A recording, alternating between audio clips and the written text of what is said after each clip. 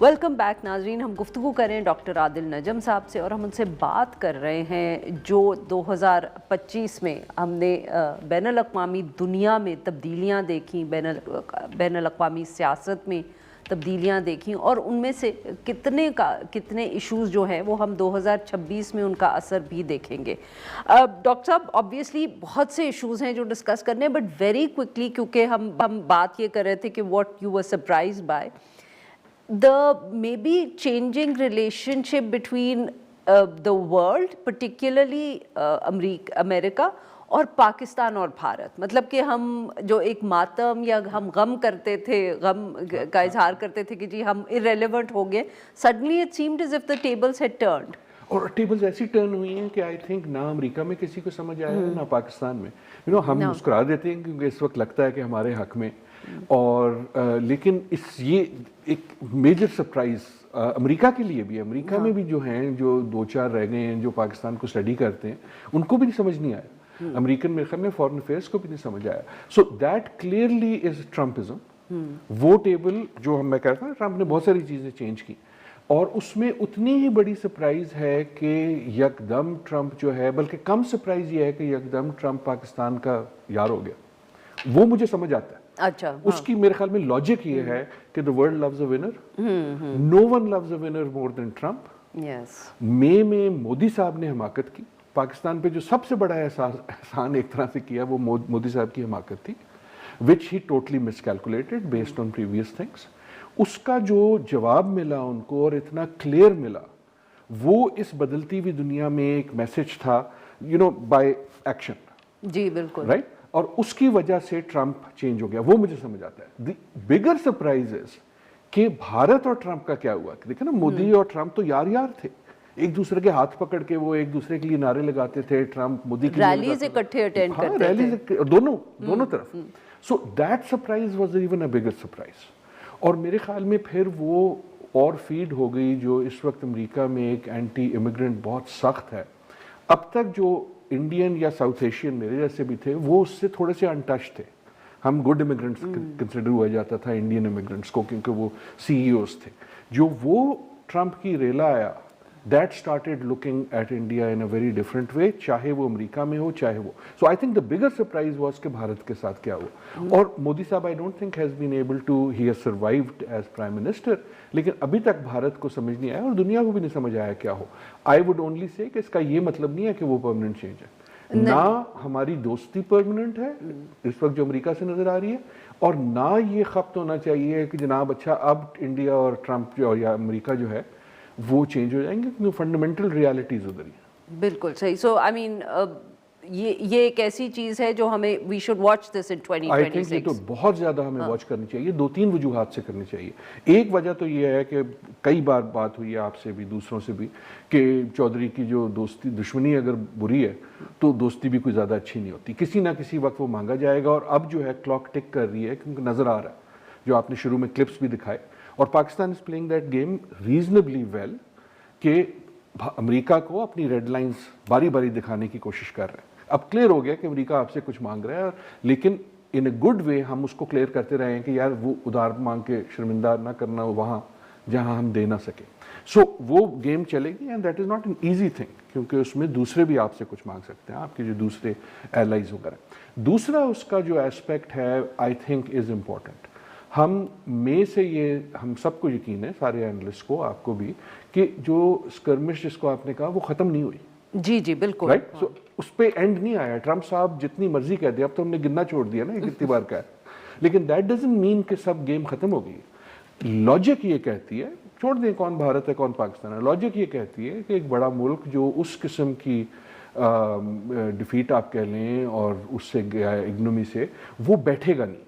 In a way I think अगर अभी तक खामोशी है, उसका भी सेहरा कुछ ट्रम्प पे जाता है। ट्रम्प ने उसे इतना पर्सनलाइज कर लिया कि इंडिया के लिए, मोदी के लिए स्पेस थोड़ी कम हो गई कि वो रिटेलिएट करे, but at some point it will retaliate, right? Yes, that's what we that point, और ये मेरा एनालिसिस नहीं है, आई थिंक नजम सेठी साहब ने उस दिन कहीं कहा, and I think he is right, कि जब वो करेगा तो वो उसको उस स्टेप पे नहीं करेगा जहां किया। अब उसको भी पता लग गया ना अगले को कि हमारी कैपेबिलिटी क्या है, सो वो ज्यादा तेज करेगा। जब वो ज्यादा तेज करेगा, Pakistan is already prepared for a higher thing. अगर वो होता है तो then the world will intervene. What that means is, मैं पेशेंट को ही नहीं कर रहा, मैं सेठी साहब का analysis, and I think he is right on this one, कि we should be prepared for a shorter more intense conflict किसी वक्त, because the international community will have to come in, और दोनों साइड्स ये चाहेंगी कि उनके आने से पहले आप जितना, क्योंकि दोनों साइड्स अब अफोर्ड नहीं कर सकती to see themselves lose a war, right. Modi साहब तो बिल्कुल सर्वाइव नहीं करेंगे. सो उनकी लॉजिक ये है कि जितना कार्ड्स चला दो, और हमारे लिए हमने अपने आप को ये कन्विंस कर दिया कि हम भी इनविंसिबल हो गए. सो मैं सिर्फ एनालिसिस की बात कर रहा हूँ. So for that reason I think दुनिया इसको देख रही है. The good news only is कि फॉर दैट रीजन दुनिया में be pushing on both of us कि इसको डिले करो, इसको सबसाइड करो. लेकिन that is a major thing to look for in, to not hope, to hope के ना हो 2026 में, लेकिन तैयारी रहनी चाहिए. अच्छा डॉक्टर साहब, we going all over the world, but क्या करें दैट्स, अब यू नो अब जो आए थे, जैसे आपने कहा कि अब हम वी लॉस्ट काउंट, ट्रम्प साहब ने कितनी दफ़े कहा है कि उन्होंने ये जंग रोकी, बट जिस जंग को वो रोकने आए थे, जिसका वो यूक्रेन वाली थी, और वहाँ एक तो कोई हमें नज़र नहीं आ रहा कि कितनी जल्दी वो कर पाएंगे, और दूसरी तरफ उसमें उनके यूरोप से ताल्लुकात बहुत तेज़ी से अमेरिका के तब्दील हो रहे हैं. How permanent do you think is this? So दो चीजें आपने जिक्र किया. पहली, जो जंग रोकने का रोकी तो कोई भी नहीं. जी आई नो, ठीक है, क्रेडिट लिया, लेकिन मैं उस पर नहीं जा रहा. यूक्रेन वाली वाज द मोस्ट इम्पोर्टेंट, और यूक्रेन वाली में आई थिंक जो परमानेंस हो गई वो यूएस और ईयू का जो डिस्टेंस है, आई वुड नॉट से कि वो रिफ्ट है.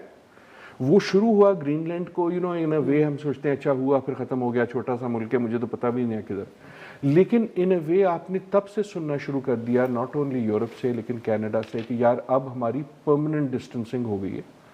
आई डोंट थिंक रिफ्ट हुई है, लेकिन जो एक था ना वो डीप एलाई वाला, कि ये तो मेरा यार है ही है, मैं चला जाऊंगा कुवैत में और या जहाँ भी इराक में, उनको कहूँगा ये पीछे पीछे आ जाएंगे. आई थिंक, और उसकी मैं आपको मैनिफेस्टेशन जो है वो अगर आपने देखनी है तो वो सिर्फ आपको ईयू में या नेटो में नहीं नजर आती, वो आपको डिफेंस एक्सपेंडिचर में नजर आती है.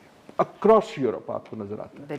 और उसका ये कहना कि जी ट्रंप कह रहा था कि तुम ज्यादा करो इसलिए कर दिया, that's not what's happening. I think उनको मैसेज मिल गया है कि हम डिपेंड नहीं कर सकते टोटली. और अगर वो जो आपको याद है कतर पे जो हुआ, उसके बाद अगर मैसेज नहीं मिलना था वो हो गया. So and that is not a good thing for the world, क्योंकि अब हमें 2026 अगेन पे अगर हम फोकस करें तो will this strengthen the right wing forces in Europe? Probably it does. चाहे वो यूके हो, चाहे वो बाकी यूरोप हो, वहाँ जो आपके राइट विंग फोर्सेस हैं, दे आर ऑल स्ट्रेंथनिंग. सो ये जो एक रीअलाइनमेंट सी हो रही है, और उसका जो यूक्रेन की जो है जो फॉल आउट है वो यूरोप पे उस तरह है. इन सम वेज अगर सरप्राइजेस की वापस आ जाऊं एक सेकंड के लिए, एक ये कि जितना हम सोच रहे थे कि ट्रम्प पुतिन का यार होगा, उतना भी नहीं निकला. ना ऐसा हुआ. ट्रम्प सोच रहे थे कि पुतिन जो मैं कहूँगा वो कर देगा, पुतिन का तो कोई ऐसा मूड नहीं है. सो हमने वहां भी एक थोड़ी सी सदमोरी देखी. एक और सरप्राइज, आई एम श्योर, हम अब मैं बिल्कुल जंप कर रहा हूं, हमारी कॉन्वर्सेशन की सरप्राइज वो ये कि हमने सीरिया का जिक्र नहीं किया.